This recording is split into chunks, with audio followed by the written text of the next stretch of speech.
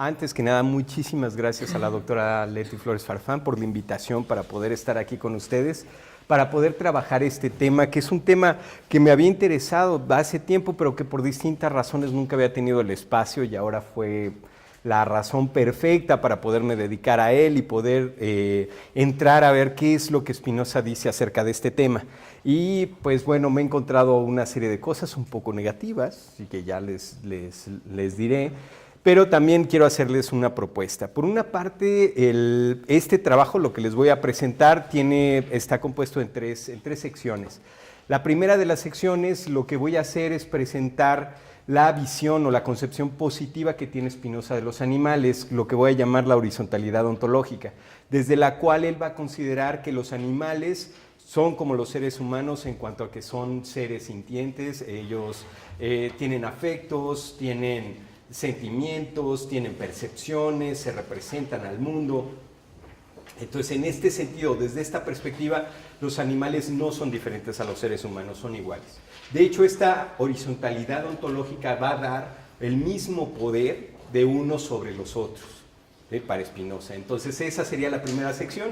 La segunda sección, lo que presentaré es ya la concepción negativa que Spinoza tiene de los animales, en donde a partir de esa misma horizontalidad ontológica, en donde hay este mismo derecho de dominio de unos sobre los otros, Spinoza va a distinguir la naturaleza humana y la naturaleza de los demás animales y va a decir que en beneficio de los seres humanos se les debe de dar prioridad a los humanos sobre los animales, y entonces se deben de instrumentalizar los animales para ser usados en beneficio humano. Esa va a ser la concepción, digamos, negativa.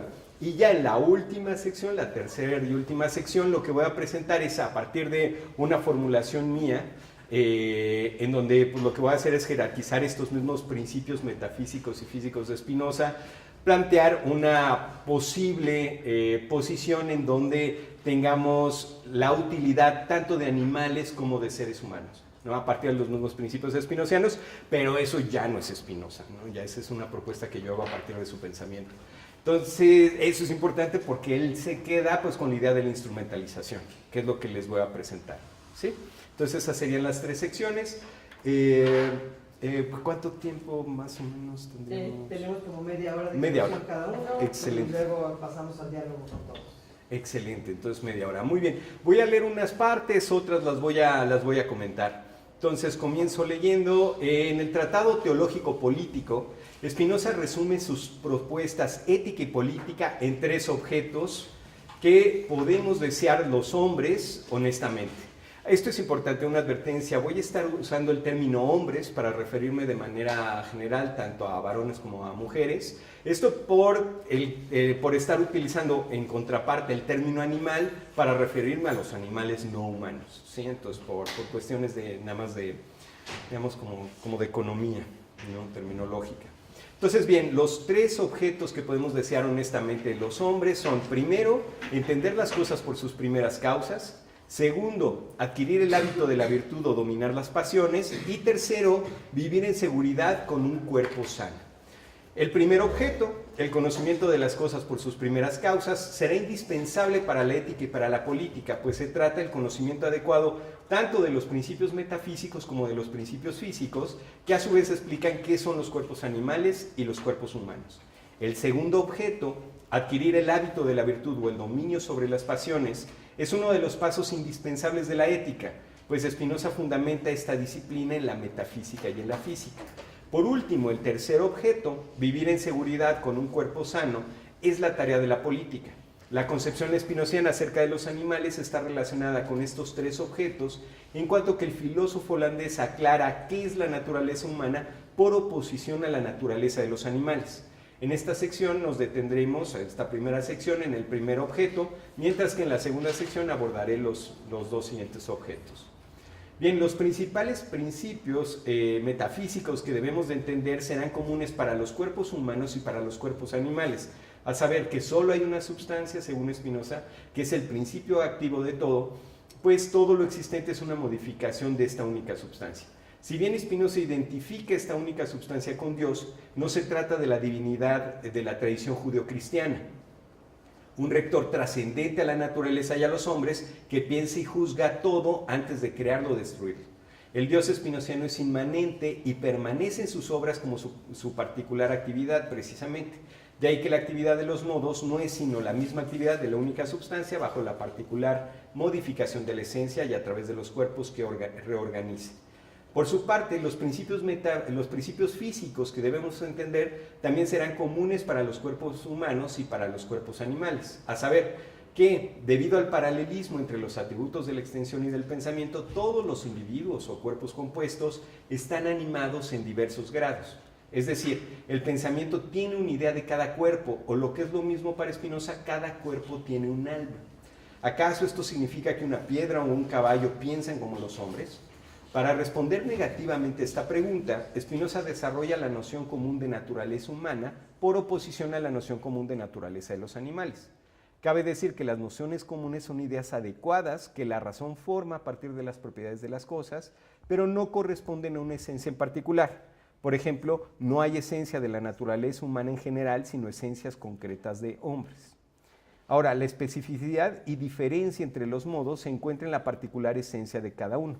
La esencia de un cuerpo es cierto poder de actuar que es cierta proporción de movimiento y reposo entre sus partes, y que está contenida en el modo inmediato infinito de la extensión, ¿no? Ya, bien, más o menos la metafísica spinociana lo que va a plantear entonces es que hay una sola substancia, esta substancia se expresa de infinitas maneras, en infinitos modos, todo lo que nosotros vemos a nuestro alrededor es una expresión de esa única substancia y se da tanto como cuerpo como mente, esto es en la extensión y en el pensamiento. A todo cuerpo va a tener un alma, una idea, una esencia formal que es Dios pensando esa cosa, pero desde precisamente el atributo del pensamiento, todo. Entonces este es el principio con el cual él va a afirmar la animación de toda la realidad está animada. Pero van a haber diferencias entre las cosas y las diferencias entre las cosas están dadas por sus capacidades que están inscritas en sus propias esencias. La diferencia entre un perro, un gato, un caballo, una persona, etcétera, va a ser las distintas capacidades que pueden ellos realizar, ¿no? Vemos nosotros, corporalmente empieza Spinoza pensando toda la realidad. Entonces es qué actividades, qué acciones puede hacer un perro que no puede hacer un gato, o que hace un caballo que no puede hacer un ratón. Ese tipo de actividades son las que nos aclaran cuál es la esencia de las distintas cosas. Ahora, bien. Entonces la causalidad inmanente, esto es, Dios está en todas las cosas y permanece en ellas como su principio activo, establece que cada modo se esfuerza por perseverar en su ser o en su esencia, o conservar su esencia. Mientras que las esencias de todos los cuerpos posibles existen eternamente, actualmente solo existen en la duración una pequeñísima fracción de esas esencias. Estos cuerpos que ahora duran o existen se esfuerzan por conservar su esencia o su ser, que es la actualización de su respectiva esencia. No puede ser de otra manera. El cuerpo de un caballo expresa la esencia de un caballo, por lo que éste se esfuerza por conservar su equinidad, mientras que el cuerpo de un hombre se esfuerza por conservar su humanidad. La finitud de los hombres y de los animales consiste en que siempre hay algo más poderoso y contrario a ellos, de cuyo encuentro se sigue la muerte o la destrucción del menos poderoso. La esencia de los modos nunca cambia ni muere, sino que siempre permanece siendo la misma. Lo que cambia es la actualización de la esencia, lo que Spinoza llama la afección corporal, que a su vez pone la existencia y la hace variar, es decir, aumenta o disminuye el poder de actuar de ese cuerpo. Spinoza utiliza los términos perfección o imperfección para referirse a una mayor o menor actualización de la esencia, respectivamente. En este sentido, Spinoza sostiene que, cito, cuando digo, esto es Spinoza, cuando digo que alguien pasa de menor a mayor perfección y al revés, no entiendo que se cambia de una esencia o forma a otra, pues un caballo, por ejemplo, se destruye lo mismo si se cambia en hombre o en insecto, sino que concebimos que su potencia de obrar, en cuanto que ésta se entiende por su naturaleza, aumenta o disminuye. Por ejemplo, si el hombre se come un caballo, entonces destruye la existencia del caballo, y por medio de la ingesta, los cuerpos que componían al caballo ahora pasan a componer al cuerpo humano. En otros términos, podemos decir que algunas partes del caballo cambian a ser partes del hombre, pero la esencia del caballo no pasa a ser ahora la esencia del hombre. Asimismo, en caso de que un caballo muera al ser comido por insectos, las partes del caballo cambian a ser partes de los insectos. De hecho, para Spinoza, las pasiones de la alegría y la tristeza son precisamente los afectos derivados del aumento o de la disminución, respectivamente, de la potencia o poder del individuo.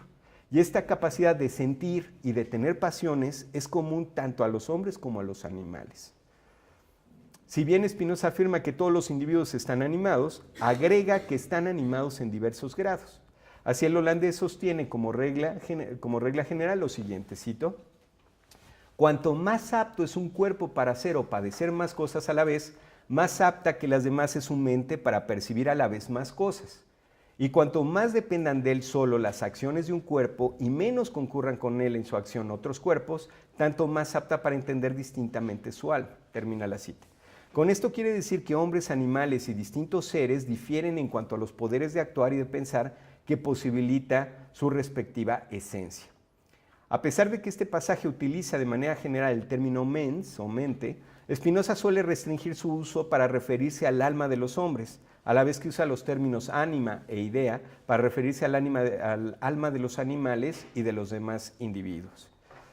Cuando Spinoza habla de los afectos humanos en cuanto que padecen, hace una comparación entre los hombres y los animales. Entonces sostiene lo siguiente, cito: que los afectos de los animales, llamados irracionales, pues, después de haber conocido el origen del alma, no podemos en absoluto dudar que los brutos sienten. Usa luego estos términos equivalentes, ¿no? Animales, brutos, o animales irracionales. Difieren, entonces dice que los afectos de los animales difieren de los afectos de los hombres tanto cuanto difiere su naturaleza de la naturaleza humana. Sin duda que el caballo y el hombre son arrastrados por la libido de procrear, pero aquel por una libido equina y este en cambio por una libido humana. Y así también las libidos y los apetitos de los insectos, los peces y las aves deben ser distintos los unos de los otros. Así pues, aunque cada individuo viva contento con la naturaleza de la que consta y goce de ella, esa vida con la que cada uno está contento y ese gozo no son otra cosa que la idea o el alma del mismo individuo. Y por tanto el gozo del uno discrepa tanto por naturaleza del gozo del otro, cuanto la esencia del uno difiere de la del otro. Sí, aquí de esta cita lo que me interesa sobre todo rescatar es que todos los animales sienten, tienen deseos, tienen un conato, se esfuerzan por perseverar en su ser, en su existencia, y de hecho tienen un gozo al conseguir esa conservación. Para Spinoza, el contento de sí, el que es el mayor afecto que nosotros podemos llegar a tener. ¿Qué consiste? En cuando yo conservo mi existencia y me mantengo, y me veo a mí mismo manteniendo mi existencia, tengo, digamos, como una doble alegría sobre eso. La alegría de mantenerme vivo y luego la alegría de verme que soy yo el que me mantengo vivo. Y lo mismo sucede con todos los seres que hay. Los insectos, los caballos, los perros, todos los seres van a ser igual en este sentido. ¿Sí? Entonces, hasta aquí tendríamos como esta concepción, digamos, positiva que tiene Spinoza acerca de los animales, en donde los animales y los hombres somos iguales en cuanto a que tenemos este conato, tenemos pasiones y sentimientos, tenemos representaciones acerca del mundo, buscamos nuestro beneficio, buscamos nuestra utilidad, pero esa utilidad va a ser muy distinta entre unos y otros, dadas esas mismas capacidades y la misma esencia de la cual surgen estas capacidades. Entonces, lo que es bueno para el insecto, seguramente será malo para el caballo, para el hombre, y etcétera, ¿no? Para los demás. ¿Sí? Habrá una relatividad en cuanto a los valores de bien y de mal, según las mismas naturalezas o la diferencia de naturalezas de los distintos seres. ¿Sí? Pero bueno, dado este punto, todos seríamos iguales, ¿no? No habría una diferencia entre nosotros. Ahora paso a la concepción negativa de los animales. Dada la concepción positiva, Spinoza considerará muy importante conocer las acciones humanas y las acciones de los animales. Este conocimiento permite distinguir aquellas acciones humanas que desarrollan plenamente su esencia y proponerlas como modelo del hombre libre para que, al seguirlo, nos perfeccionemos los hombres. De hecho, el holandés no hace comparación alguna entre los hombres y los animales cuando habla de las acciones, pues considera que solo los hombres actúan. Es muy importante aclarar la noción común de naturaleza humana y distinguirla de las imágenes que nos podemos formar de los hombres, pues, dice el holandés, cito, estas nociones no se forman de la misma manera en todos, sino que varían en cada uno en razón de la cosa por la que el cuerpo ha sido afectado con mayor frecuencia y que el alma imagina y recuerda con mayor facilidad. Por ejemplo, quienes más frecuentemente han contemplado con admiración la estatura de los hombres, con el nombre Homo, entienden un animal de estatura erecta. En cambio, quienes han acostumbrado a contemplar otra cosa formarán otra imagen común de los hombres, como por ejemplo que el hombre es un animal que ríe, un animal bípedo y sin plumas, un animal racional, etc. Y así de las demás cosas, cada uno, según la disposición de su cerebro, formará de ellas imágenes universales. De ahí que no es extraño que entre filósofos que quisieron explicar las cosas naturales por las solas imágenes de las cosas, hayan surgido tantas controversias. Y así, a él lo que le va a interesar es tratar de dar con una noción común de naturaleza humana que se distinga de estas imágenes de hombre para que la proponga como modelo de hombre libre y entonces podamos nosotros realmente perfeccionar nuestra naturaleza, ser libres, que crezca nuestro poder, etc. En cambio, si usamos imágenes, si usamos ideas inadecuadas de qué es el hombre, qué es el ser humano, no vamos a perfeccionarnos, sino que al contrario, lo que vamos a hacer es hacernos cada vez más imperfectos, más incapaces, más impotentes y así, ¿no? Con toda esta cuestión. Van a ver, bien. Entonces dice, Spinoza sostiene la siguiente máxima, cito: cada uno gozará al máximo con su propia contemplación cuando contemple en sí algo que nieguen los demás. Si lo que afirma de sí mismo lo refiere a la idea universal de hombre o de animal, no gozará tanto. Según Spinoza, ahí termina la cita, el hombre sentirá más alegría en cuanto se contemple a sí mismo con mayor claridad en oposición a otras cosas. Por eso no se alegrará mucho en cuanto se contemple como parte de la idea universal de hombre o de animal, pues estas son ideas universales que permiten pensar a todos los hombres y a todos los animales respectivamente. De aquí se seguirán dos consecuencias en las pasiones de los hombres. Primero, que tenderán a interpretar torcidamente las acciones de otros hombres y animales y a adornar cuanto puedan las suyas, pues así podrán aumentar su alegría y alejar su tristeza. En segundo lugar, se esforzarán por arrebatarse los medios para conservarse y por imponerse unos sobre otros, que van a ser como parte de los problemas morales y éticos y políticos que va a querer resolver Spinoza, pero bueno, no es el tema de esta conferencia. Pero bien, de aquí, dice Spinoza, cito, rara vez sucede que los hombres vivan bajo la guía de la razón, sino que están conformados de tal suerte que la mayoría son envidiosos y se molestan mutuamente. A pesar de ello, apenas pueden los hombres llevar una vida solitaria, de suerte que a la mayoría les ha agradado mucho aquella definición de que el hombre es un animal racional. Y a decir verdad, la realidad es que de la común sociedad de los hombres surgen muchas más ventajas que prejuicios. Ríanse, pues, cuanto quieran de las cosas humanas los satíricos y detéstenlas los teólogos. Y alaben los melancólicos cuanto puedan la vida inculta y agreste y desprecien a los hombres y admiren a los brutos. Experimentarán, sin embargo, que con la ayuda mutua los hombres pueden procurarse mucho más fácilmente las cosas que necesitan y que solo uniendo sus fuerzas pueden evitar los peligros que por todas partes les acechan. Por no mencionar que es mucho más excelente y más digno de nuestro conocimiento contemplar las sombras de los hombres que contemplar las obras de los brutos. ¿Sí? Recuerden, ¿no? Estamos diciendo que por brutos se está entendiendo animales no humanos. Entonces, el punto de este pasaje, aquí vemos ya, podemos ver esta concepción negativa en cuanto a que él está distinguiendo la naturaleza de los hombres frente a la naturaleza de los animales, y lo que está diciendo es que el mejor ejemplo de que somos diferentes es que cuando nos unimos los seres humanos entre nosotros, sacamos mucho mayores ventajas, beneficios que cuando nos unimos con los animales. Por ejemplo, pues podríamos decir el lenguaje, o podríamos la misma ciencia, el desarrollo de la ciencia, de distintos conocimientos, la técnica, etcétera, etcétera, ¿no? Eso no lo aprendemos de los animales, no lo aprendemos tampoco de una vía innata, sino que lo hacemos a través de la vida en sociedad. Entonces, y lo que está también ahí criticando mucho son distintas sectas y grupos que en el mismo siglo XVII y siglo XVI estaban por ahí que, pues, frente a las distintas guerras de religión y las distintas situaciones que se viven en Europa, proponían pues una vida solitaria o proponían una separación, una abstracción de la misma vida en sociedad y este tipo de cosas, ¿no? Bien. Bien, pero bueno, lo que me interesa es sobre todo que aquí tenemos ya esa concepción negativa y lo que me interesa es que veamos las razones de por qué tiene esa concepción negativa. Porque lo que él quiere es tener un modelo de ser humano libre y este modelo de ser humano se puede hacer solo a partir de lo que hacen los seres humanos y que es distinto a los animales. Si yo lo que quiero hacer es imitar a los animales, desde esta perspectiva, ¿no?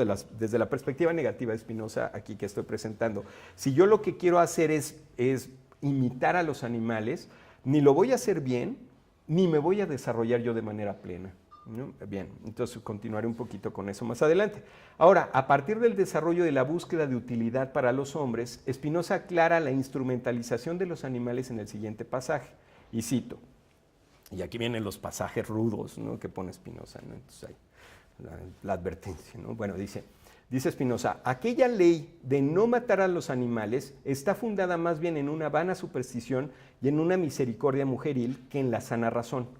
Pues la razón de buscar nuestra utilidad nos enseña que establezcamos lazos firmes con los hombres, pero no con los animales o con las cosas cuya naturaleza es diversa de la naturaleza humana, sino que tengamos sobre ellos el mismo derecho que ellos tienen sobre nosotros.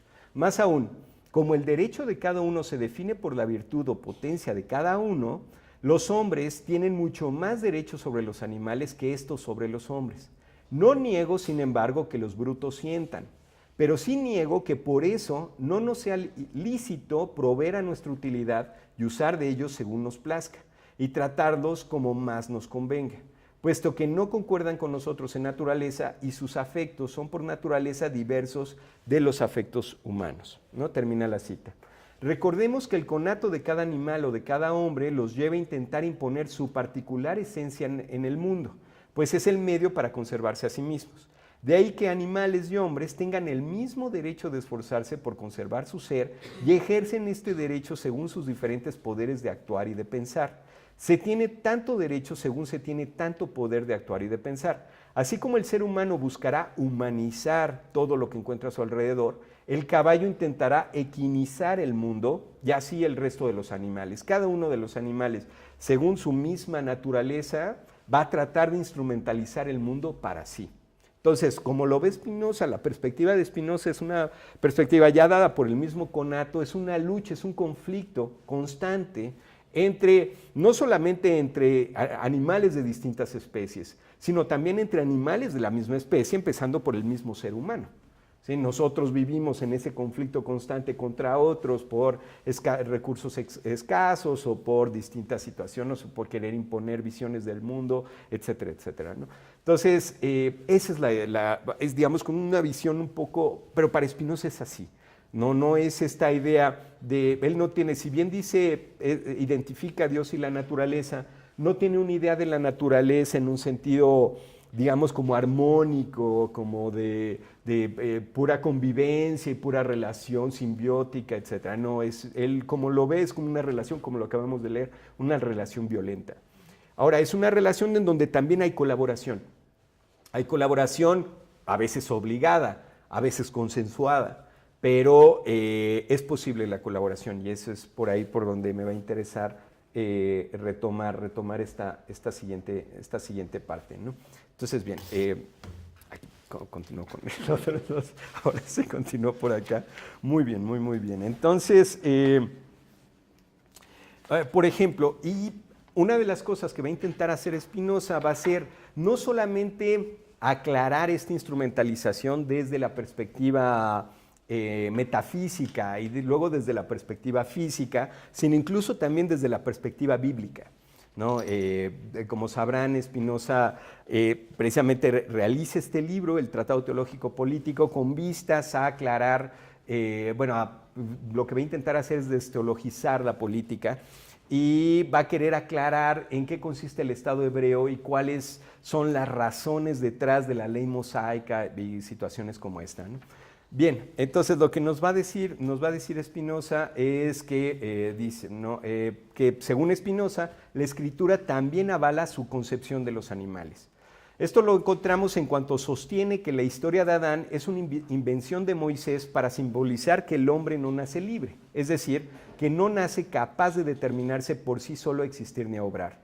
Según el filósofo holandés, el relato de Moisés muestra al primer hombre, es decir, al hombre que solo tiene la potencia para existir, pero sin conocimiento acerca del mundo, por lo que no sabe qué cosas conservarán su existencia o qué cosas le estorbarán.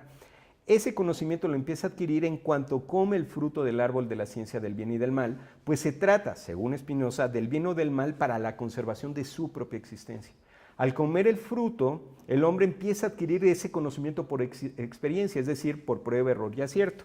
Pero en ese mismo momento toma conciencia de que requiere del mundo para conservar su existencia, pero no sabe qué cosas del mundo le serán útiles y cuáles le serán dañinas. Entonces el hombre teme más a la muerte, en lugar de desear la vida. Asimismo, el relato simboliza, según Spinoza, que en su búsqueda por conservarse y conocer lo que lo conserva, los hombres imitan a los animales y por ello pierden su libertad. Dice Spinoza, ¿no? Lo cito: después que, una vez que el hombre encontró la mujer que concordaba totalmente con su naturaleza, conoció que no podía existir nada en la naturaleza que pudiera serle más útil que ella, pero que después que creyó que los brutos eran semejantes a él, al instante comenzó a imitar sus afectos y a perder su libertad, que recobraron después los patriarcas, guiados por el Espíritu de Cristo, esto es, por la idea de Dios, la única de la que dependen que el hombre sea libre y que desee para otros el bien que desea para sí.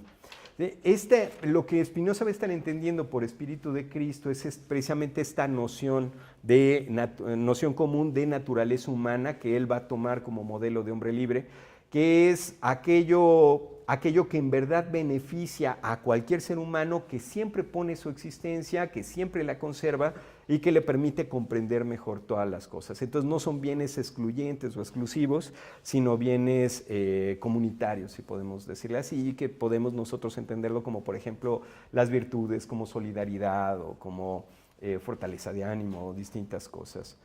Pero bueno, aquí lo que me interesa de este pasaje sobre todo, bueno, pues que varones y mujeres tienen exactamente la misma naturaleza, juntos colaboran en beneficio mutuo, crecen en poder, pero cuando estos imitan a los animales, sean los que sean, no especifica aquí cuáles, entonces pierden poder. ¿En qué sentido pierden poder? ¿No? Y esa es parte de esta concepción negativa de Spinoza. Pierden poder en el sentido en que no desarrollan sus capacidades de manera plena, sino que están imitando capacidades que de hecho no tienen y pues lo van a hacer mal, ¿no? Entonces va a decir Spinoza en otro pasaje, cito: aquellos que han aprendido a denigrar a los hombres y a reprobar los vicios, más bien que enseñar las virtudes, no a fortalecer los ánimos de los hombres, sino a quebrantarlos. Estos tales son molestos a sí mismos y a los demás.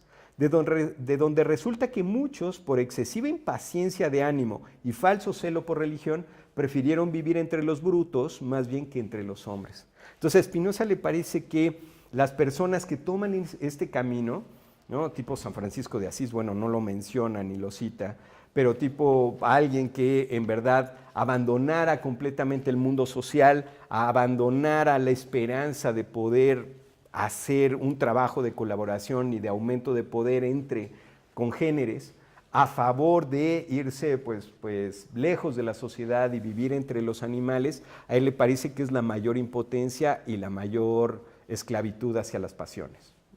Entonces ahora ya para terminar pasamos a la tercera y última parte de este trabajo. Spinoza insiste en la diferencia entre la naturaleza humana y la naturaleza de los animales a partir de que son diferentes el poder de actuar y el poder de pensar de los animales y de los hombres.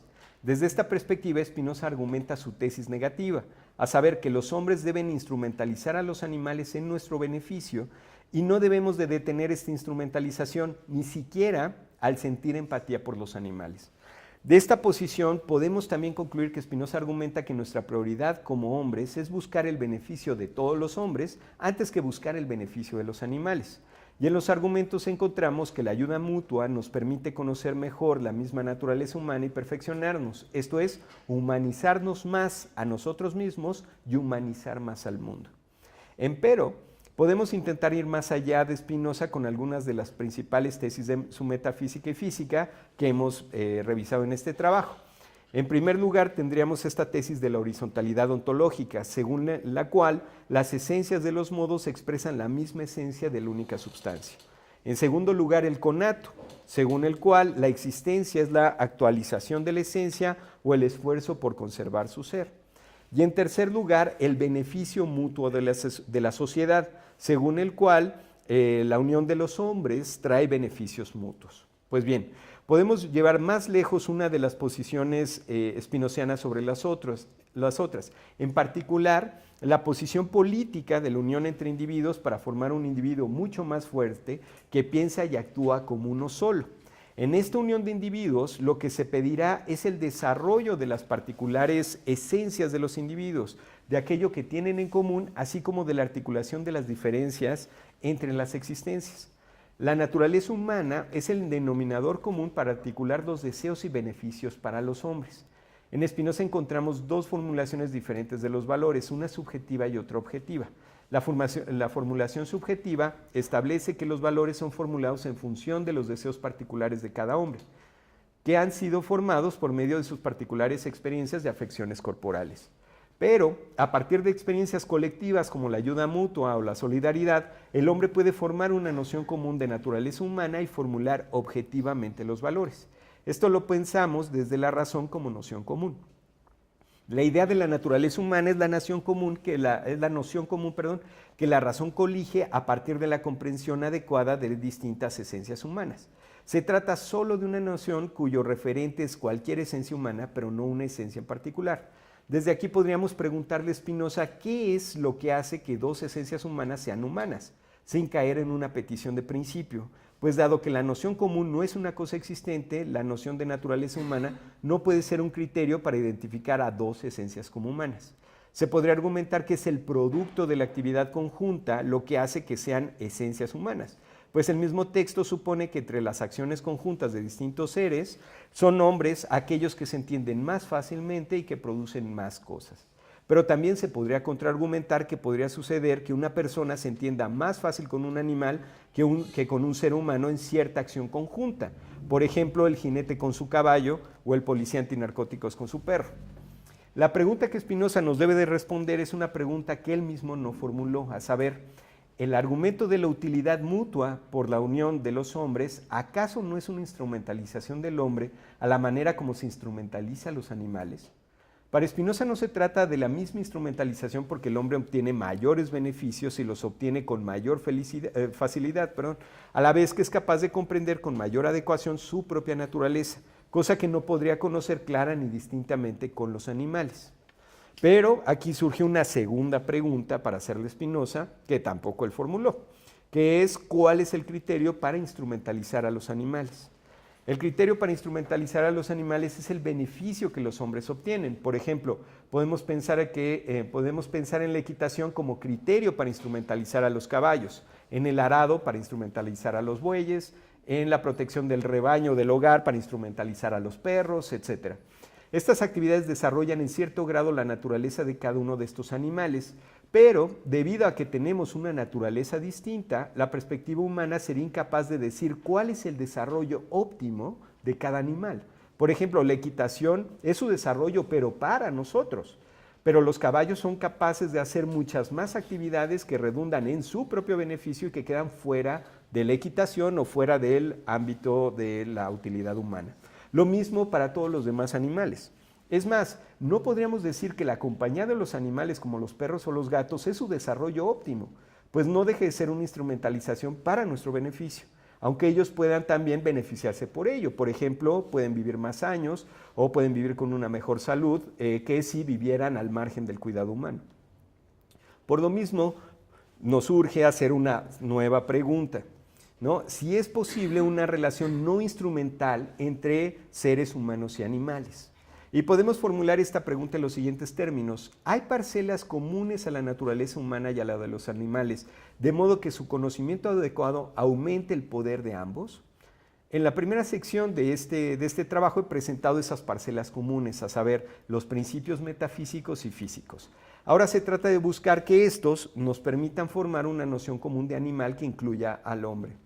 Si bien Spinoza acepta que los animales sienten y que también su conato actúa con vistas a su bien, ¿por qué no incluirlos en la esfera de las relaciones morales junto con los hombres y considerarlos sujetos de derechos como, por ejemplo, el derecho a la vida, a la seguridad, a la libertad, a la salud o a una vida sin maltrato? Dada la misma filosofía spinoziana, me parece que la utilidad mutua que se obtiene de las relaciones entre los modos es la base del aumento, tanto de la intención como de la extensión, de la esfera de las relaciones morales. Podríamos hacer la pregunta en dos direcciones. Por una parte de los hombres a los animales y por otra de los animales hacia los hombres. En la primera dirección, de los hombres a los animales, muestra que será en beneficio de los hombres que la instrumentalización de los animales no humanos y del medio ambiente sea en beneficio humano, que no le dañe, que no le traiga más daños que beneficios. En este sentido, Spinoza estaría a favor de un uso racional del medio ambiente que no le sobreexplote ni dañe de manera irreversible, que no destruye ecosistemas ni especies, sino que haga un uso sustentable de ellos. En cambio, la segunda dirección, de los animales a los hombres, da cuenta de la pregunta: ¿qué responsabilidad tenemos los hombres sobre los animales? ¿Acaso será un paternalismo en que los protejamos de ellos mismos y de nosotros? ¿O será una total libertad de modo que los dejemos enteramente libres? Un punto medio entre ambos extremos sería la protección de los animales desde el Estado civil, como por ejemplo por medio de un sistema judicial. Empero, no comprendería a todos los animales, sino que habría que establecer un criterio para incluir a aquellos que aumenten el poder de los hombres y que a su vez aumente el poder de los animales. Bien, pues bien, con esto terminaría, con esto concluyo. En esta última sección lo que he intentado hacer es reformular a partir de los mismos principios espinocianos esta cuestión del beneficio mutuo que se consigue con la sociedad. Entonces, lo que pregunto es si podemos nosotros extender esa sociedad a los animales no humanos, pero si lo vamos a hacer, tenemos nosotros que aclararnos antes con qué criterios o cuáles van a ser los criterios para establecer qué animales entran y qué animales no entran dentro de esa misma sociedad y en qué sentido lo hace, porque pues bueno, animales es un mundo enorme, ¿no? Entonces, creo que lo podríamos hacer, pero ya nos salimos un poco del mismo pensamiento spinoziano. Me ha interesado mostrar a un pensador del siglo XVII con sus ideas, que sí podemos decir muchas ideas propias de su tiempo, como lo que hemos leído, pero que responden a su propio pensamiento, ¿no? Y en contra de gente que ha escrito sobre los animales en Spinoza, que ven estas posiciones que hemos citado como si fuera una anomalía dentro del pensamiento spinoziano. A mí me parece que es consecuente con su propio pensamiento. Y entonces, pues por eso teníamos que salirnos un poco de su pensamiento, pues para poder hacer una inclusión de los animales, pero bajo ciertas condiciones. Pues bien, muchas gracias. Muchas gracias. Lo que yo voy a hacer, a ver si me da tiempo, entonces me cuentan el tiempo, porque suelo extenderme. Voy a presentar lo que dice Kant. Luego haré una crítica a la postura de Kant. Y luego quiero tomar las ideas de Kant e ir más allá de Kant. De hecho, para los que estén familiarizados con la ética hacia los animales, seguramente sabrán que las posiciones más fuertes en defensa de los derechos animales son kantianas. Por cierto, yo tengo un par de imágenes. ¿Se pueden poner? Claro que sí. En algún momento de la plática te las paso. Ok. Sí, exacto.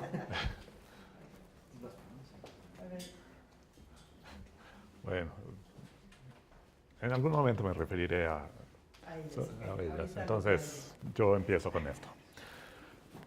Ok. Seguramente Kant no es el primer autor en el que pensamos cuando hablamos de trato ético hacia los animales. De hecho, buena parte de la literatura sobre ética hacia los animales pone a Kant como ejemplo de una visión antropocéntrica que no les asigna valor moral, sino que los subordina a los intereses humanos. Hay algo de verdad en esta perspectiva sobre la ética kantiana, pero habría que matizarla. Sin duda alguna, Kant se encuentra entre quienes sostienen que los animales carecen de valor moral, pero no piensa que no tengamos ningún tipo de deber moral hacia ellos.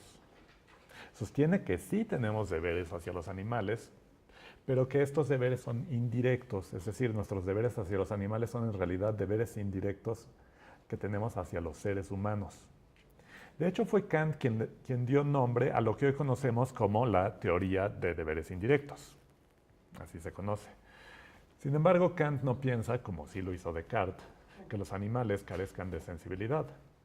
Kant les reconoce sensibilidad, pero no reconoce su valor moral, dado que para él el valor moral no radica en la sensibilidad, sino en la racionalidad, más precisamente en la capacidad de guiarnos por la ley moral que nosotros mismos nos damos, es decir, radica en la autonomía.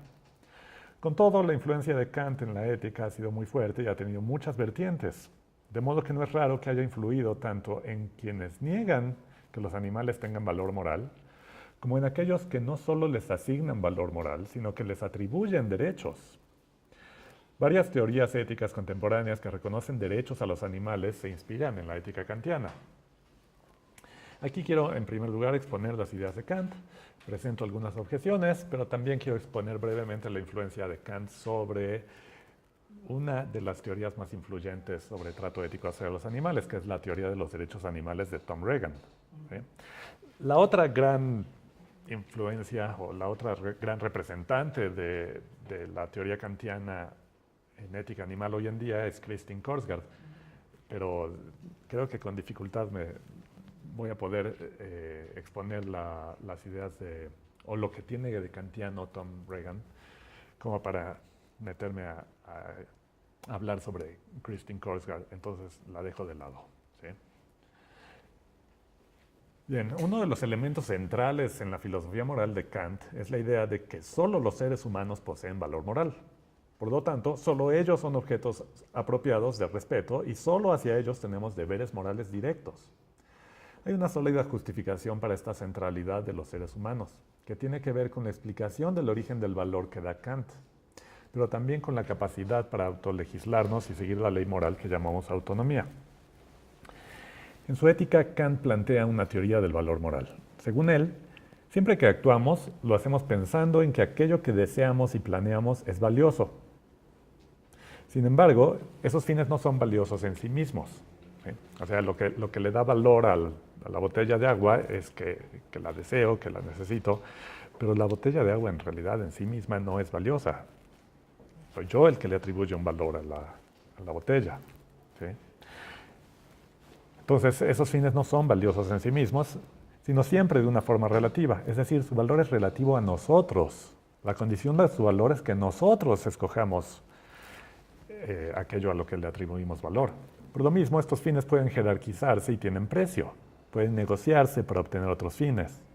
Pero entonces debemos postular como un presupuesto que, como agentes con la capacidad para darse fines y conferir valor, nosotros mismos tenemos un valor especial, un valor intrínseco e incondicionado. Somos condición de posibilidad de los valores en el mundo. Si no hubiera alguien que les confiriera ese valor, estos objetos no tendrían ningún valor. ¿Sí? O sea, la idea es si no hubiera seres humanos en el mundo, no habría valor. Como dice Kristin Korsgaard, cito, en la perspectiva de Kant, son los seres humanos, con nuestra capacidad para valorar las cosas, los que traen al mundo ese valor que tiene. Fin de cita. Ahora, esa capacidad de darnos fines y conferir valor nos da un valor intrínseco. ¿Sí? O sea, la botella, yo le asigno valor, entonces tiene un valor extrínseco. Solo yo que tengo la capacidad para conferir valor y que me doy valor a mí, tengo un valor intrínseco. Y es lo que constituye la dignidad de las personas. Esa característica de tener un valor intrínseco. Según dice Kant en la Fundamentación, cito, cuanto se refiere a las universales necesidades e inclinaciones humanas, tiene un precio de mercado. Aquello que sin presuponer una necesidad se adecua a cierto gusto, esto es, a una complacencia en el simple juego sin objeto de nuestras fuerzas anímicas, tiene un precio afectivo. Sin embargo, lo que constituye la única condición bajo la cual puede algo ser fin en sí mismo, no posee simplemente un valor relativo, o sea, un precio, sino un valor intrínseco, la dignidad. Hasta aquí Kant. Las cosas que tienen valor en función de nuestras necesidades y deseos, o bien de nuestros sentimientos, tienen un precio comercial o afectivo, respectivamente, son fines prácticos de nuestras acciones. Pero aquello que constituye la condición para que tengan valor, es decir, nuestra capacidad de valorar, tiene dignidad. Dado que para Kant el género humano es el único capaz de conferir fines y de valorar, es lo único que posee dignidad. La dignidad consiste en el reconocimiento de que todos los seres humanos poseen un tipo especial de valor moral, el valor intrínseco, en contraposición al valor extrínseco que tienen las cosas y los animales, porque su valor depende de nosotros.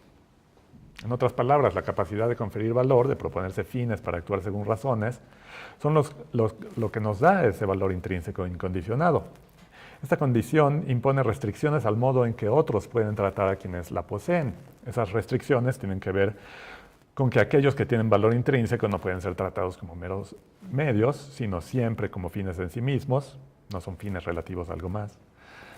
Tratar a alguien meramente como un medio significaría tratarlo como una mera cosa, como algo que no tiene un valor intrínseco, sino solo extrínseco. Por eso, la ley moral fundamental, el imperativo categórico, que nos dicta la razón, nos dice, bajo la fórmula de la humanidad, dice, obra de tal modo que uses a la humanidad tanto en tu persona como en la persona de cualquier otro, siempre al mismo tiempo como un fin y nunca simplemente como un medio.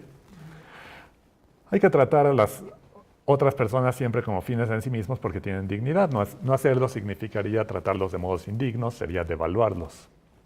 Dado que los seres humanos tenemos dignidad, entonces debemos tratarnos unos a otros como fines, como si estuviéramos en un reino de fines, dice.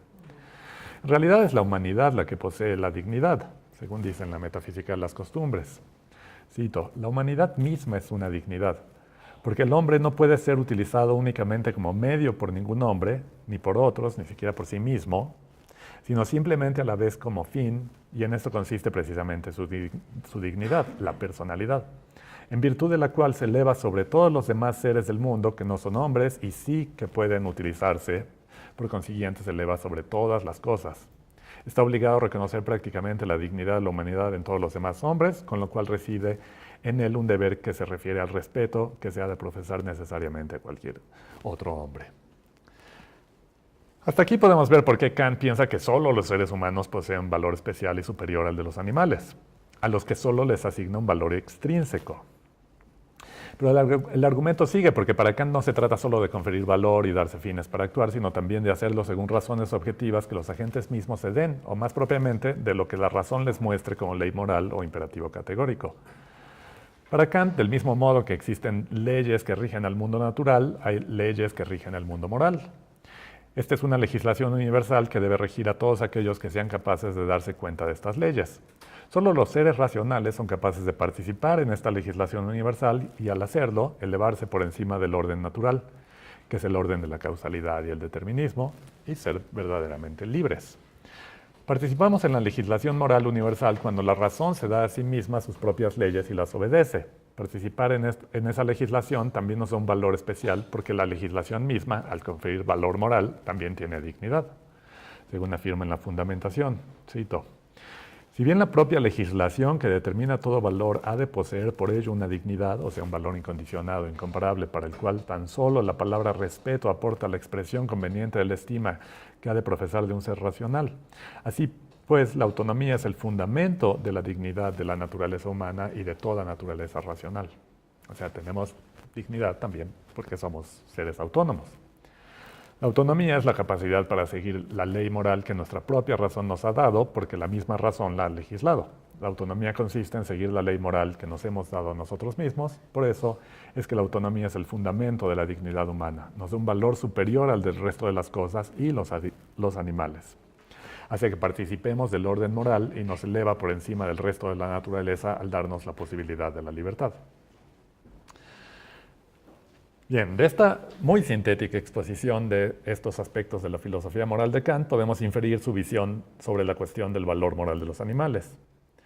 Los seres humanos racionales, como dice en el pasaje que antes cité, se elevan sobre todos los demás seres del mundo que no son hombres y sí que pueden utilizarse, por consiguiente se eleva sobre todas las cosas y sobre los animales en particular.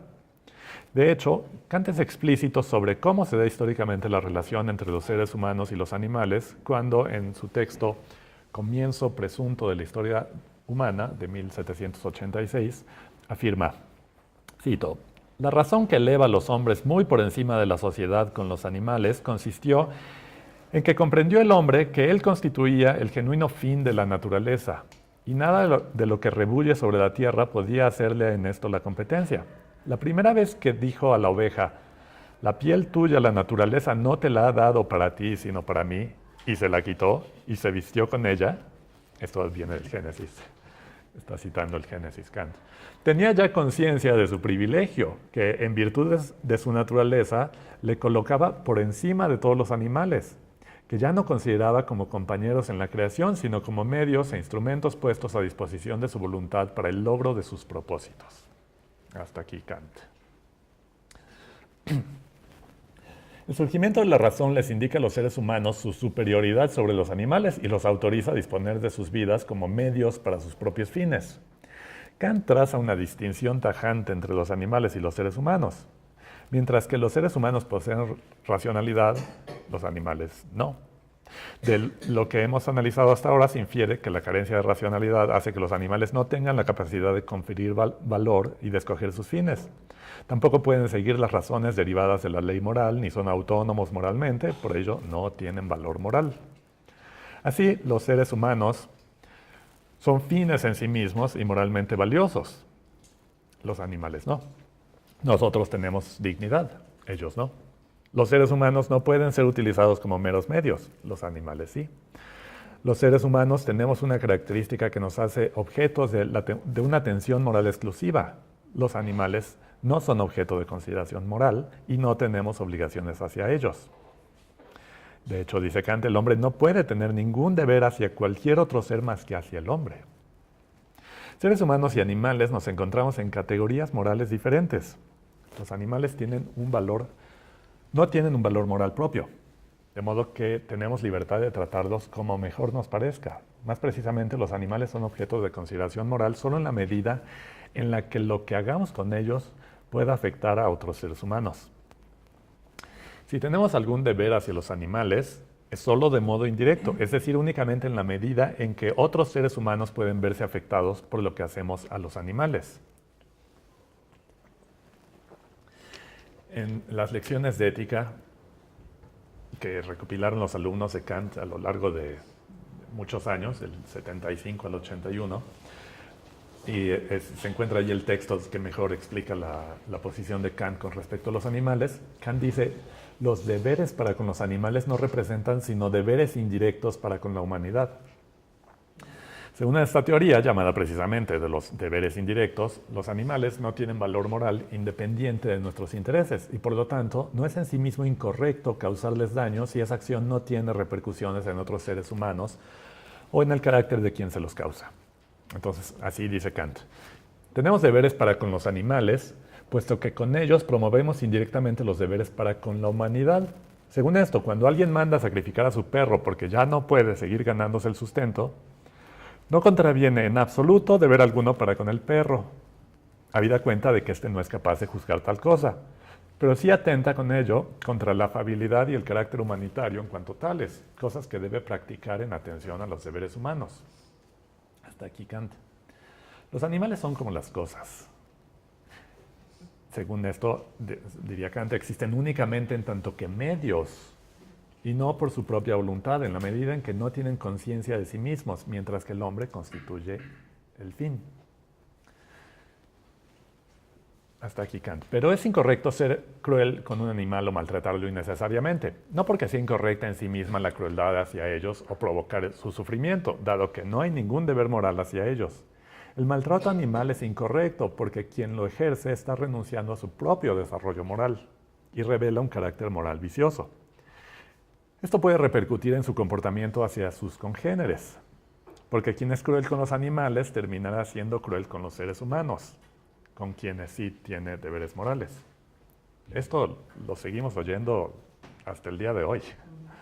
¿No? Es uno de los grandes argumentos que se usan, por ejemplo, en contra de la tauromaquia. Por ejemplo, Kant nos dice que para no desarraigar estos deberes hacia los humanos, el hombre ha de ejercitar su compasión con los animales, pues aquel que se comporta cruelmente con ellos posee a sí mismo un corazón endurecido con sus congéneres.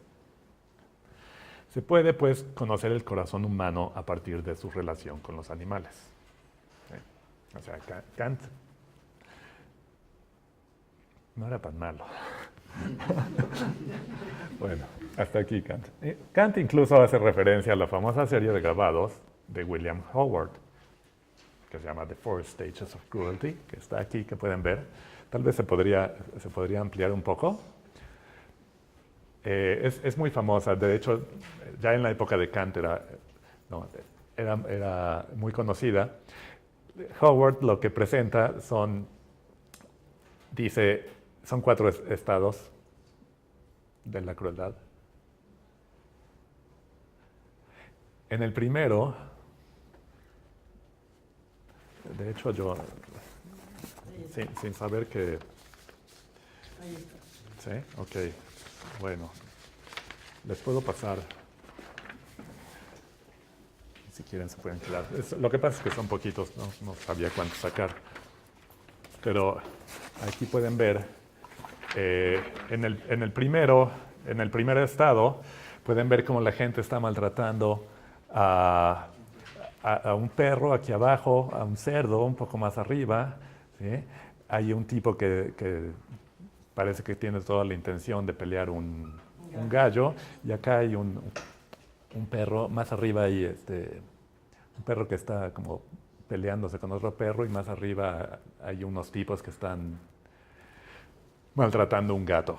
¿Sí? Ese es el primer estado. Luego el segundo, un poco más allá, pueden ver a este hombre que está maltratando un caballo, ¿sí? Y más allá junto ese otro que está golpeando a un borrego, ¿no? Luego el tercer estado, que está abajo, se ve, no sé si sea alguno de los mismos hombres, pero es un hombre que acaba de matar a su mujer. O sea, la idea es que el maltrato animal conduce hacia el maltrato doméstico. ¿Sí? Y la última etapa, que se llama la recompensa de la crueldad, en realidad ahí lo que vemos es muy extraño, es como una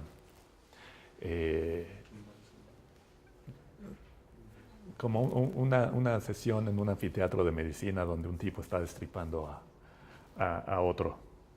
No me resulta claro por qué eso es la recompensa de la crueldad, pero bueno. La idea en realidad es esta. Se come las vísceras. Y es el mismo, Sí. ¿no? Ahí en el fogón están esqueletos. Sí, Es casi como un festín caníbal eso. sí, algo así. Que tal vez son los restos de los otros que aparecen en los grabados anteriores. Sí, ese grabado me resulta misterioso, pero bueno. Sí, como una especie de castigo. Sí, bueno. Kant se refiere directamente al grabado de Howard. ¿Sí? Se llaman las 4 etapas de la crueldad, ¿sí? Que muestra cómo quien es cruel con los animales termina siendo cruel con sus congéneres. ¿Sí? Que también es una idea que seguimos escuchando hasta el día de hoy. Ajá. Bueno, esta es en términos generales la perspectiva de Kant acerca del lugar de los animales en la moralidad. Sin embargo, hay muchos cuestionamientos que pueden formulársele a esta teoría. Son preguntas que podemos hacerle con el ánimo de salvar la teoría y de tratar de entender qué es lo que algunos kantianos actuales han visto en ella, como para fundamentar una ética de respeto a los animales e incluso una teoría de derechos animales. Voy a centrarme en algunos cuestionamientos de la teoría. La primera línea de crítica va contra la viabilidad de la teoría de deberes indirectos. La segunda cuestiona la idea de que los animales no pueden ser autónomos, racionales o en última instancia fuentes de valor. y por ello mismo tener valor moral. Quiero analizar qué tanto podemos predicar esas características de los animales. Entonces, ahora voy con las objeciones. La teoría de deberes indirectos equipara a los animales con cosas, ¿sí? Como son meros medios de los que podemos disponer para servicio de los humanos y que no tienen sino un valor intrínseco, o en este caso un valor instrumental, que nosotros les damos según nuestros fines. Si tenemos un deber hacia ellos, como el deber de no causarles sufrimiento innecesario, es por los deberes que tenemos hacia los seres humanos, porque al afectar a los animales podemos dañar los intereses de los seres humanos. Los animales no tienen intereses propios, según esta teoría. Pero esta teoría tiene muchos problemas. Un filósofo contemporáneo, Robert Nozick, ha apuntado hacia una contradicción de la teoría de deberes indirectos que crea lo que él llama un derrame moral innecesario. Cito a Nozick. Algunos dicen que las personas no deben maltratar animales porque tales actos las brutalizan y hace que muy probablemente dispongan de la vida de personas únicamente por placer. Estos actos moralmente inobjetables en sí mismos tienen, dicen ellos, un derrame moral innecesario. ¿Por qué debería haber tal derrame? Si por sí mismo es perfectamente correcto hacer cualquier cosa a los animales por la razón que sea, entonces siempre que alguien se dé cuenta de la clara línea entre animales y personas y la tenga en cuenta cuando actúa, ¿por qué matar animales debería brutalizarlo y hacerlo más propenso a lastimar o matar personas? ¿Cometen más asesinatos los carniceros? ¿Más que otras personas que tienen cuchillos a su alrededor? Hasta aquí no sé. O sea, está cuestionando justamente el argumento de Howard que usa Kant. Este pasaje nos lleva a varias reflexiones. La primera es que si los animales tienen un valor moral, tienen el mismo valor moral que las cosas, o sea, no tienen valor moral, y quien les inflige sufrimiento se da cuenta de que son moralmente distintos a los seres humanos, entonces no es claro, contra Howard y Kant, por qué ser cruel con los animales debería ser lo más propenso a ser cruel con las personas. ¿Sí? Aunque aquí hay mucha discusión al respecto, hay estudios empíricos interesantes que algunos cuestionan esta vinculación, aunque mayormente hay consenso de que el maltrato hacia los animales está vinculado hacia violencia hacia la pareja y hacia los niños. Pero lo que el argumento nos dice es, bueno, en realidad alguien que tenga una clara distinción entre los animales y las personas no tendría por qué ser cruel con las personas si es cruel con los animales, ¿no? O sea, los carniceros o la gente en los rastros que seguramente es cruel con los animales no termina siendo más cruel con otras personas. Tal vez aquí tendríamos que apelar a la evidencia, pero bueno. Todo esto va en el sentido de que a menos que en sí mismo sea incorrecto maltratar a un animal, no es claro por qué actos de maltrato animal van a hacer que la gente que los comete actúe incorrectamente hacia otras personas. Probablemente hay formas de maltrato animal que no tienen consecuencias perniciosas en los humanos y no por ello dejan de ser malas. Si, por ejemplo, un niño tortura a un gato sin que nadie lo sepa y luego decide no hacerlo nunca más y no tiene consecuencias sobre nadie, ni siquiera sobre su carácter moral, eso no significaría que la acción de torturar al gato no sea incorrecta. La crueldad hacia los animales es incorrecta incluso si se trata de una acción aislada que no tenga consecuencias negativas en nadie más. Pero esto no puede explicarlo la teoría de deberes indirectos. Esta teoría equipara a los animales con cosas, pero por otro lado nos dice que quienes son crueles con un animal revelan un carácter moral vicioso. Sin embargo, aquí hay una asimetría. Si los animales son equiparables a cosas, y normalmente no pensamos que quienes destruyen cosas por placer, ¿no? Si yo agarro una hoja y la destruyo, son moralmente viciosos, entonces no es claro por qué la crueldad con los animales es un vicio. Aquí un filósofo, David de Gracia, dice, cito, la perspectiva de deberes indirectos deja sin explicar por qué la crueldad hacia los animales es un vicio y la compasión hacia ellos una virtud. Los animales, bajo esta perspectiva, carecen de valor moral y no puede afectárseles directamente. Así es que, ¿por qué pulverizar vacas por diversión va a revelar un carácter moral defectuoso más que romper un periódico por diversión. La única explicación plausible de por qué la crueldad es un vicio reconoce el valor moral de sus víctimas. Hasta aquí, de gracia. La teoría de deberes indirectos, entonces, no tendría un mejor modo de explicarnos por qué la crueldad hacia los animales es un vicio que reconocer que los animales tienen valor moral en sí mismos, independientemente de los intereses humanos. La otra línea de crítica hacia la teoría kantiana de deberes indirectos proviene del llamado argumento de los casos marginales. La idea es que si estamos justificados en negar el valor moral de los animales porque carecen de racionalidad y autonomía, entonces estaríamos justificados en negar también el valor moral a bebés prelingüísticos, que no son racionales, no son autónomos, y a gente con discapacidades intelectuales severas. Pensemos en un Alzheimer avanzado o en alguien que tiene coma. Es decir, individuos que no son racionales ni autónomos, pero a los que comúnmente atribuimos valor moral. Muy pocos estarían dispuestos a negar el valor moral a bebés prelingüísticos y a gente con discapacidades intelectuales severas. Por ejemplo, nadie piensa que violar a una mujer en coma sea incorrecto solo porque el violador podría ser cruel con otras personas que sí son racionales y autónomas. Es absurdo. Ese acto es incorrecto en sí mismo, no por sus posibles malas consecuencias sobre otras personas. Por lo tanto, no estamos justificados en negar valor moral directo a los animales. Un caballo o un perro adulto, como decía Jeremy Bentham, son más racionales que un bebé de un mes de edad. Todas estas son razones que nos muestran que un enfoque de deberes indirectos como el de Kant no se sostiene y que la mejor explicación para la condena del maltrato animal consiste en atribuir valor moral a los animales. Algunos kantianos contemporáneos han hecho precisamente eso porque la teoría de Kant puede ampliarse para reconocer el valor moral de los animales.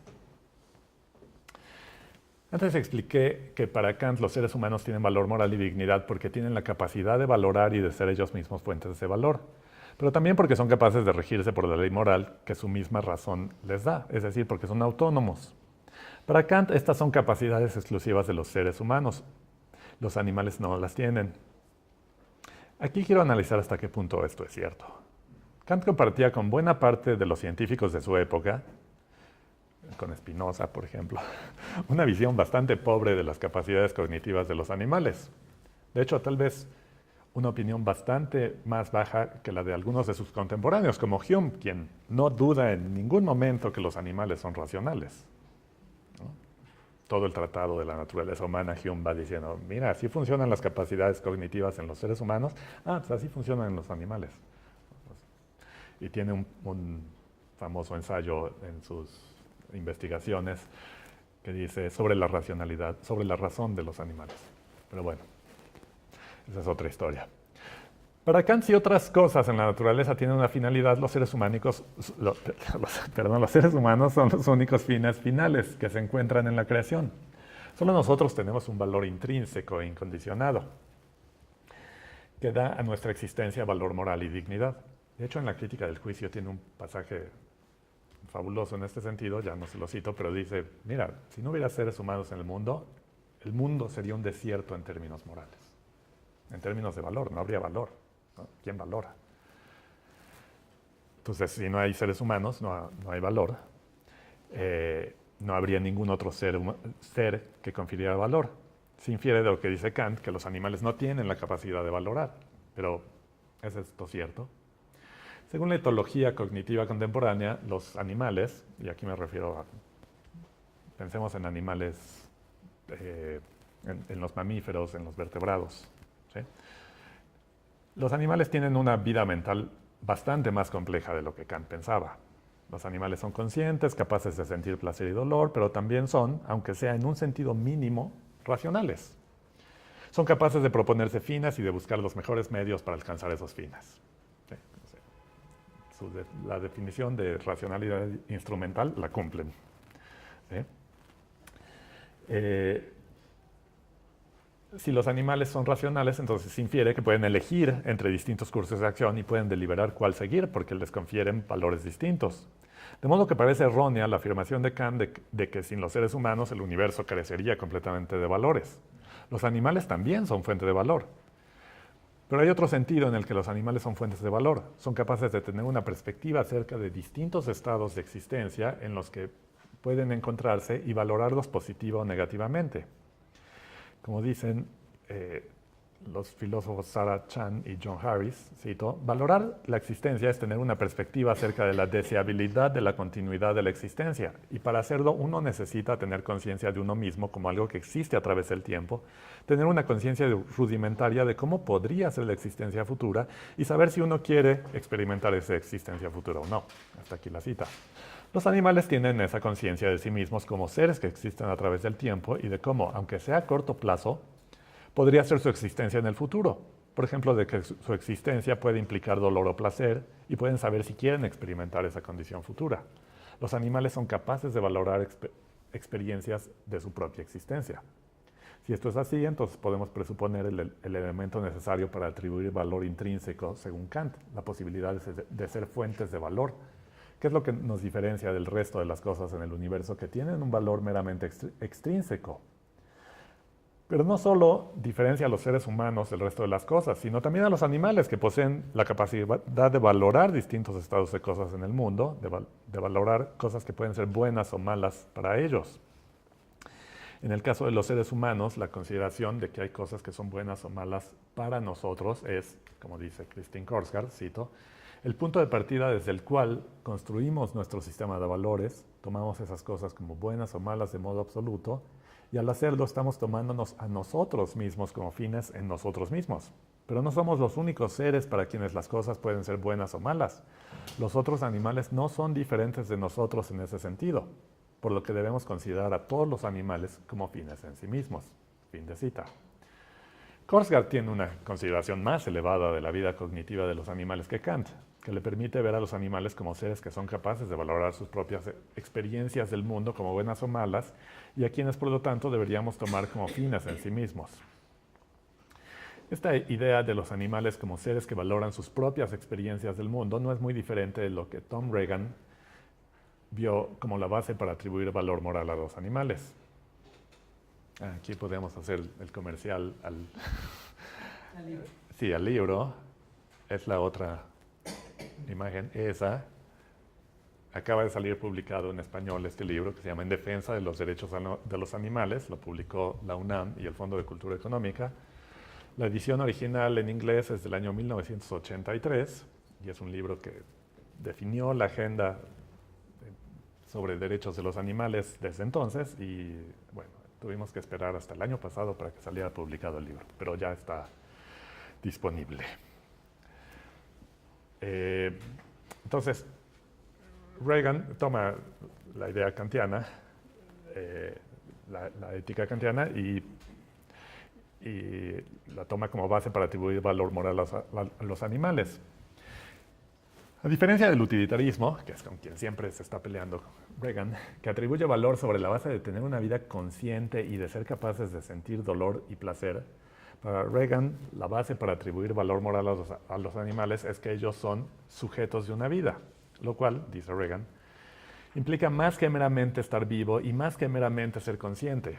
Los individuos son sujetos de una vida si tienen creencias y deseos, percepción, memoria y un sentido del futuro, que incluye su propio futuro, una vida emocional junto con sentimientos de placer y dolor, intereses de preferencia e intereses de bienestar, la capacidad de iniciar una acción con vistas a cumplir sus deseos y metas, una identidad psicofísica en el tiempo y un bienestar individual en el sentido de que sus vidas experienciales pueden ser buenas o malas para ellos, de forma lógicamente independiente de su utilidad para otros y lógicamente independiente de que sean objeto de interés de alguien más.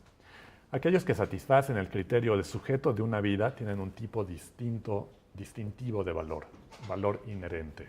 Él lo llama inherente, aunque aquí he venido refiriéndome a valor intrínseco.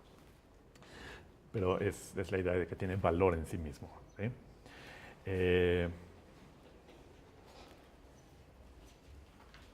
Creo que ya estoy un poco sobre el tiempo. ¿Puedo? Sí, si quieren dialogar, pues sí. Bueno. Bueno, a ver, les resumo. Para Regan, los animales tienen un valor distinto al de los objetos, no por su capacidad de de sentir, no por su conciencia, como dice el utilitarismo de gente como Peter Singer, sino porque son sujetos de una vida que pueden valorar, que en términos kantianos pueden ser condición de posibilidad de valor en el mundo. Ajá. Reagan incluso trata de extender la noción de autonomía. Claro, él dice, no podemos extender la noción de autonomía kantiana, porque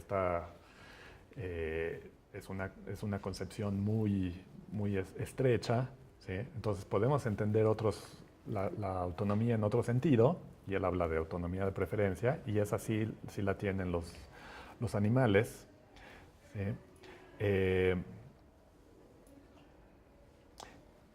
Que es la capacidad de abstraerse de sus propios deseos, de